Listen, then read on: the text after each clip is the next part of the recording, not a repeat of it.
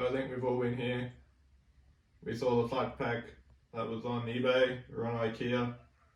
It looked good in the picture, but then they just sent you a box of random wood parts. Instructions that are hard to comprehend, and tools that are, to be frankly, not up to the task. So today, I'm going to show you how to make your life just a little bit easier by using something like this to put together something like that. So this is a Makita hammer drill.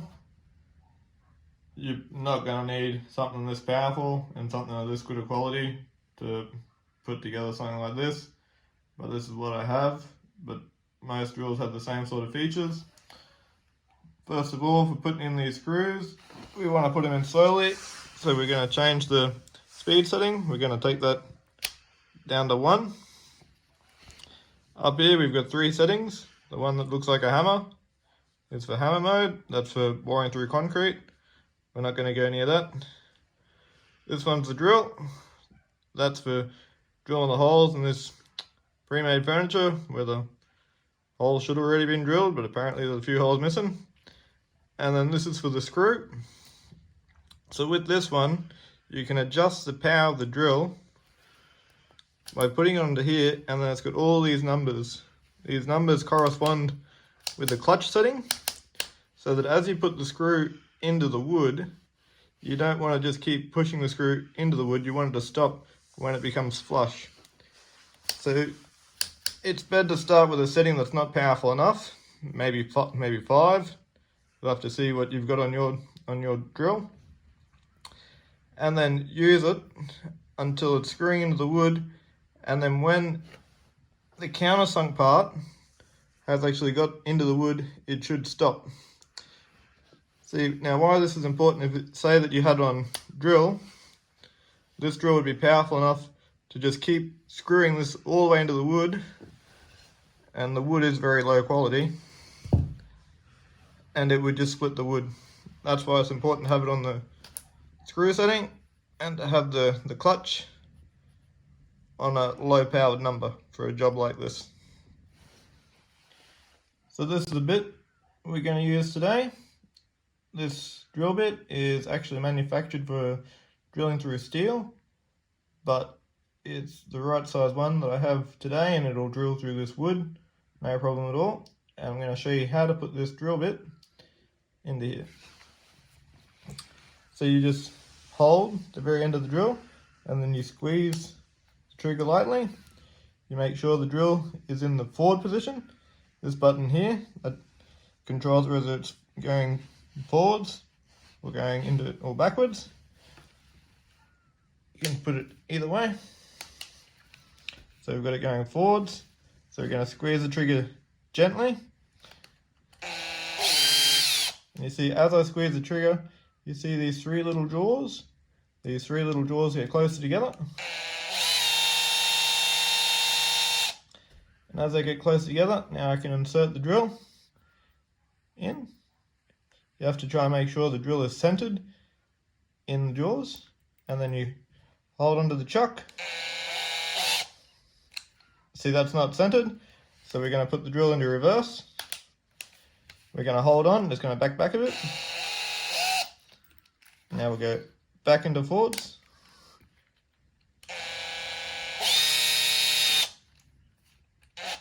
And you see, as we spin the drill, you can see it's spinning true.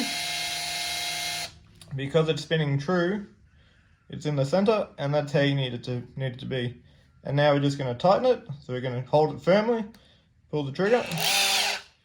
You can hear it click a few times, and now our drill is centered in the chuck, ready to drill. So we've got one end of our flat pack garden bed assembled. Now, this piece of wood here, I think it should be pre-drilled. It wasn't pre-drilled out of the box, because I think when this screw is screwed in to this cheap pine timber, I think it will split it. So how to stop that from happening is to pre-drill the hole.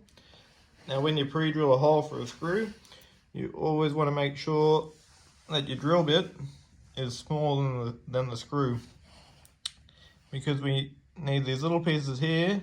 They need to be cutting into the wood as you turn them in, because that's what's going to keep your screw in place. So if you use a drill bit that's the same size or bigger, it's not going to work, because there isn't going to be the wood in here left for these pieces to cut into.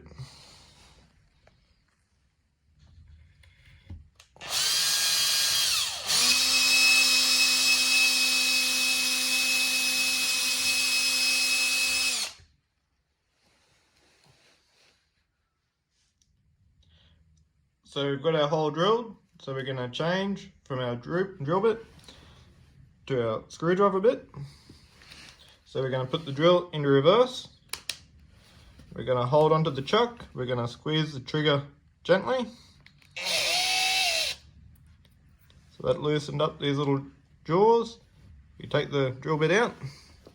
Now we can squeeze the trigger a bit more, so it's a bit faster. We get our screwdriver bit. We see that we've got it open enough.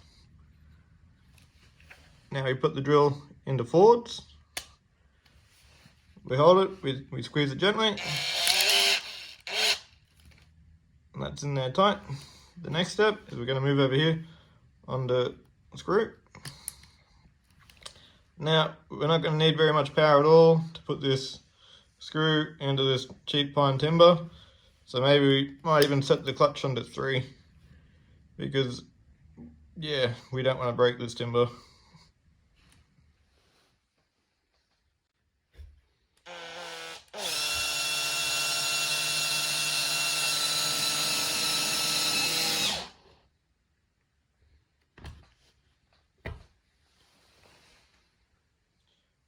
So we've drilled our screw in, and now we're ready for the next hole. Now, if we try and take this out, we put the drill into reverse, but then if we hold it, and you hear that noise, that's because of the clutch setting that we have. So before we go to take this out and to drill our next hole, we're going to put it back onto drill.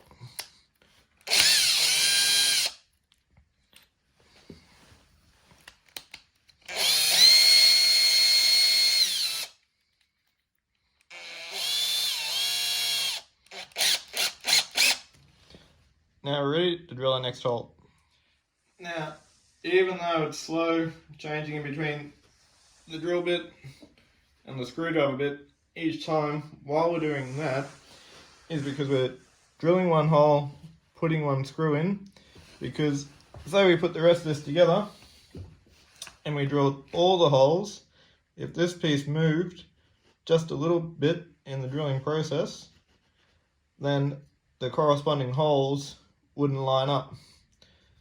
So we drill here, we drill here, we drill here, and then while we're drilling this one, we shift it just a bit and we drill that hole. Well then over here, these two holes won't line up. So even though it's slower, I think this is the best way to do this kind of work.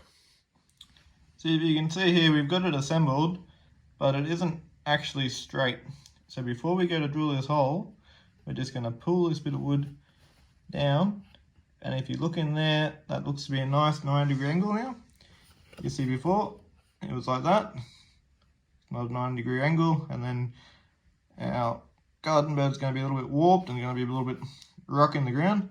So we're just going to pull that back to straight, hold it in.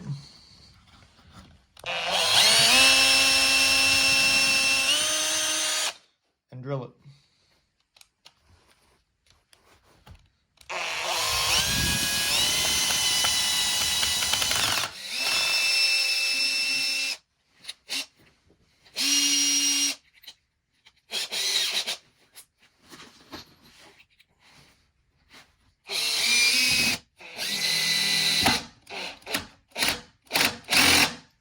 That noise you can hear, that's the clutch engaging, making sure that you're not pushing the screw too far into the soft wood.